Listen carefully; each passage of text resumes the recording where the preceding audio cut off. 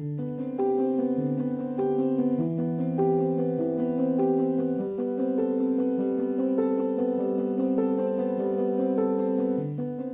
PTB Fleuve Hérault s'est entouré d'un bureau d'études afin de monter ce projet, de fixer les objectifs de travaux.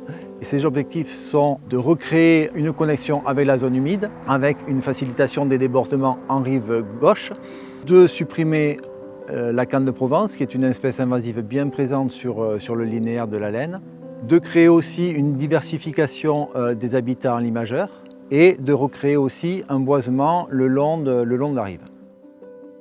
Pour réaliser ce chantier et pour atteindre les objectifs, on a été obligé de le phaser.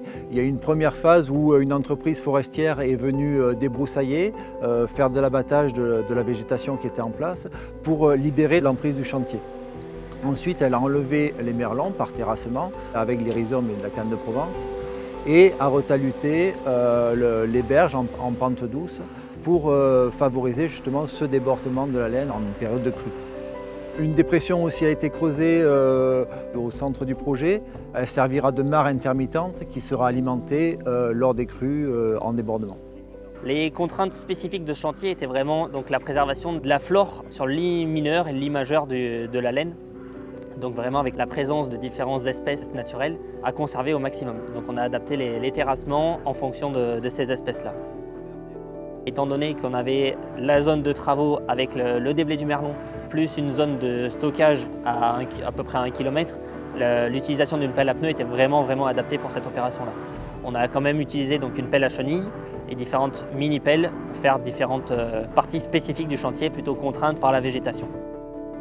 Sur ce chantier, une des autres problématiques, c'était de supprimer toutes les cannes de Provence, donc de venir décaper les terrains qui étaient contaminés et de les exporter et de venir trier la partie contaminée des parties de ces sédiments qui pouvaient être réutilisés sur site ou réutilisés dans notre cadre. Toute cette phase de traitement des espèces exotiques envahissantes, ça prend une place assez conséquente pour laquelle on était relativement limité dans les emprises de chantier.